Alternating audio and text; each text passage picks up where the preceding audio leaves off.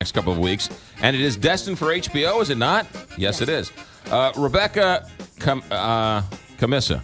There you go. Rebecca Cammisa is the director of the movie Atomic Homefront. Thanks for joining us. Thank you. I need you to talk right into that microphone. I'm going to bring it up even. There you go. Yeah, you play with it, do whatever you want. There you go. Okay. There you go. Okay, Thank good. you. All right, good. This is live radio at its finest. So, Atomic Homefront is the story of the... Well, it's a tale of two stories, actually. It has to do with what's going on at the Bridgeton Westlake landfills. Right. And at the same time, what is happening in the communities that are adjacent to Coldwater Creek. Okay, good. Now, how did you come about this story? Actually, a friend of mine who's a geologist told me about this story. I was asking him, well, what's going on in the country that you think no one knows about that is just unbelievable? And he goes, oh, St. Louis. And I went, St. Louis? Right. Tell me. Right. And when he told me, I went, When I thought he was having me on. You know, he told you what? He said to you what?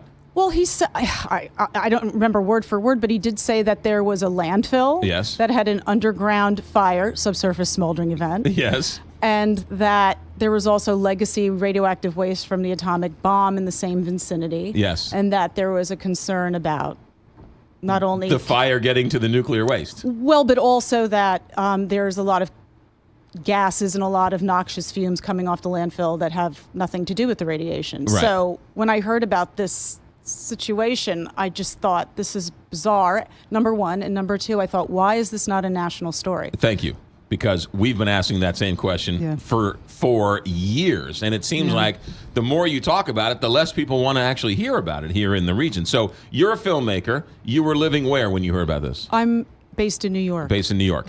Where in New York? I'm a Long Island boy. Oh, so. you're from Long Island. Yes. And we should say that you used some of our shows for your documentary. Yes, it was helpful because one thing that I found a little bit problematic when making the film was that there were some people that would speak with us, but by and large, most of the agencies or entities that were, or regulating authorities that were the guardians of the situation wouldn't speak with us. Right. So the question is, how do you really get a sense from a news standpoint of what's happening daily or what's the up-to-date moment, what is going on in this community? And you usually get that through news clips, and one of the things we came across was your show. Right.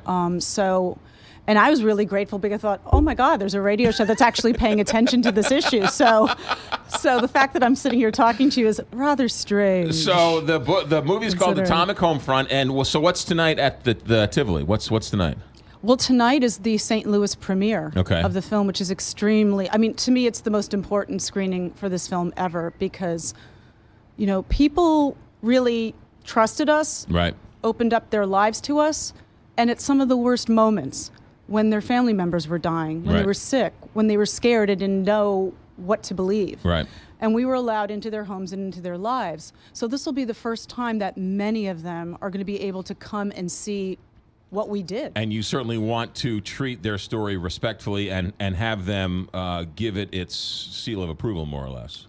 Well, I think validation is important for people who are experiencing something when they're either being told not to worry or they're being told there's nothing wrong. Right. So, feeling validated is an incredibly important thing. Also, quite frankly, this is a situation that everyone inherited.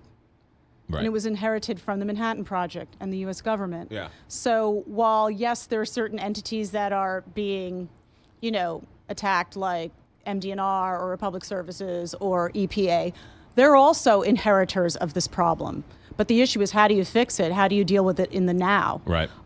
So this is a story that isn't just about the now. It's also about how this came about.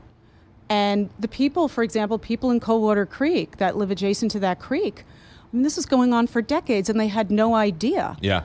One of the last things we filmed was the digging up, the remediation, that the Army Corps of Engineers was doing of St. Cyr Park. Can you imagine how that feels for a community that knows their children have played there all these years, and to know that there was contamination in the soil? When you were, how long did it take you to put this movie together?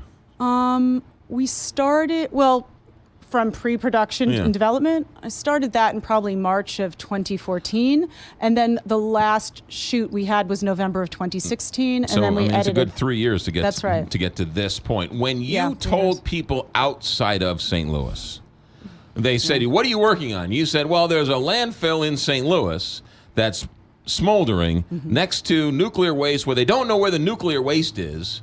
What kind of reaction did you get from people? Well, I mean,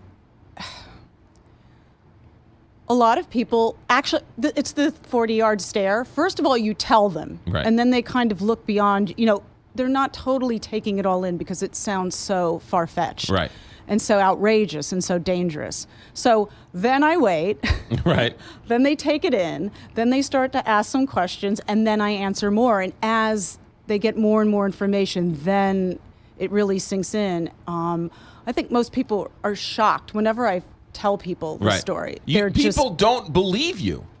When I tell people, whether I'm talking to a producer at a network or whatever else, and I'm like, hey, here's a story for you. How about this burning landfill in St. Louis that's in the middle of whatever. Clearly, you're insane. You don't know what you're talking about. I mean, I guess we can use that excuse now that it's 2017 and there's so much other craziness going on in the news where people don't have the capability to take in yet another bad tale or a bad real story. Right.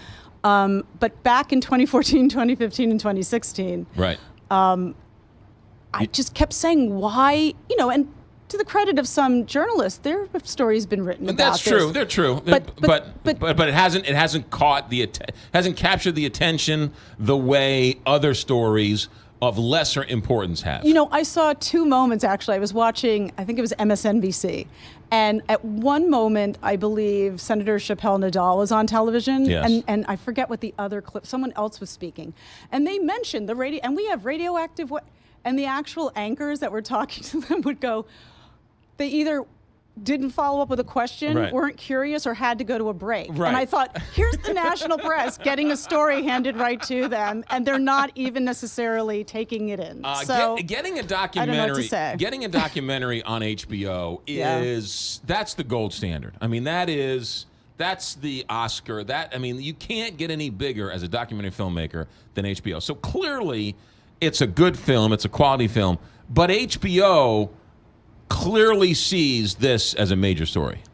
Well, when I brought it to them, they thought, it was very hard to, wrap their minds around. What are you talking about? So we filmed in August of 2014 and September of 2014. Right. And that footage we cut together and brought it to them again to look at. And that's when I think that's when it began to sink in. When you can visually see people going through something very scary, then they thought immediately this is a project worth supporting. Right. So they saw it early. They saw some footage early on, but recognized right away that it was a story that was not going to go away, and probably, unfortunately, was going to get worse. I was at Rams Park. So whenever their last year here, so this was 2 years ago, and we were at Rams Park during fall camp, and I said to somebody, I said, look across the field. See that mound over there? That's the burning landfill with the nuclear waste. And you think Stan Kroenke's going to stick around and have his practice facility with the best view of this burning landfill with this nuclear waste? And they're like, no, is that where you can see it from Rams Park? Well, we have an aerial. We shot aerials, and we have this beautiful aerial of circling Rams Field, and then you tilt up, and there's the landfill right next to it. It's right there. It didn't make it into the film, but the proximity. Also, I think the aerials in our film are really important because they show the proximity. They show how close people are to these locations. Right. Houses along the creek. Houses and businesses right surrounding the landfill. So is there a hero in the story at all? There are plenty of bad guys, but are there any heroes? Any governmental heroes trying to solve the problem? Yeah, I hate to use the word hero. Listen, this is a pretty complex situation. Right. So how do you untangle that and do it safely and get it done? Yes, that you could point fingers at a lot of people and say they're the bad guy, but I don't think that's a very interesting story. Yeah. I think certainly the people who are fighting or struggling to get the truth out, to Right. protect their families, yes, that's heroic. But as one of our subjects says in the film, if you want Superman, he's not coming. You have to be your own superhero. So this is really a cautionary tale for other communities who are facing toxicity. They're going to have to be their own protector. Did the EPA, did the Army Corps of Engineers, did the congressmen, did the senators, the governors, the mayors, did they talk to you? Did they not talk to you? The Army Corps of Engineers actually were really lovely. They allowed us to film what they were doing. They did on-camera interviews with us. They really were accommodating and allowed us to film with them and film what they were doing. And quite frankly, the Army Corps, if you're going to go to North St. Louis and see something happening, it's the Army Corps that is remediating. They are the ones on the ground doing things. Right.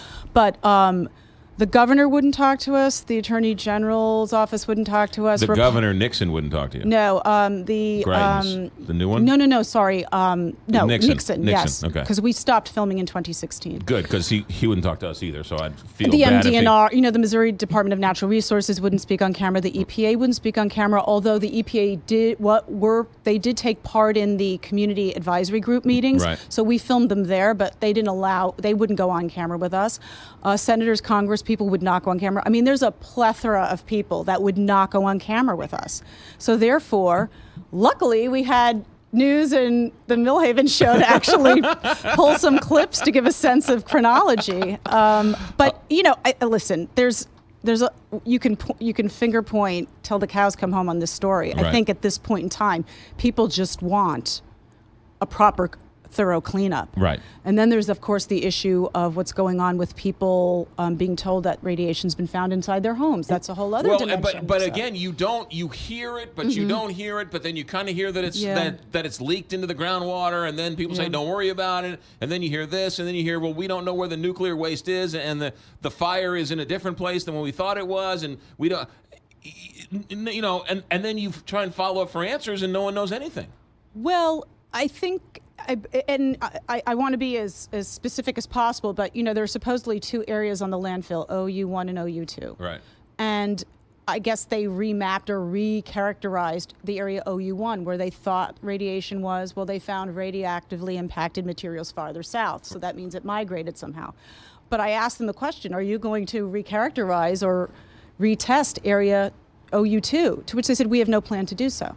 My thought is, well, if one is demonstrating migration, wouldn't it make sense to see if it's happening in the other area? Because the original story was, don't worry about it. The fire and the nuclear waste are in two different spots, so don't worry about it. And then they're like, well, now the fire's in a different spot. Well, now the nuclear waste is in a different spot. Don't worry about it. Go back to watching the Cardinal game. It's really pretty scary. So when is this going to air on HBO? I do not have an air date yet, but what is happening is the film will be shown tonight at the Tivoli. Okay. There's going to be a community screening of the film on Thursday night, July 20th this week in Kansas City. Okay. And then I believe that this film will be part of the St. Louis International Film Festival, so there will be another opportunity to see it. I believe that's November. Right.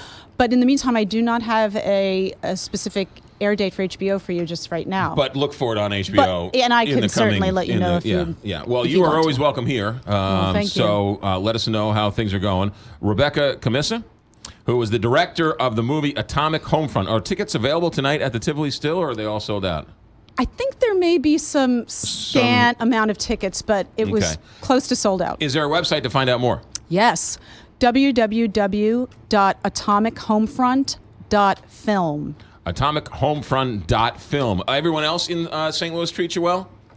I loved being in St. Louis. Right? I love St. Louis. St. Louis is the best. I hate it whenever I leave. See that? I really do. Yes, you got the bug. I got the bug. Atomichomefront.film, the Tivoli tonight, and then look for it on HBO in the coming weeks and months. Thanks for coming in. Thank you. 925, Big 550, KT.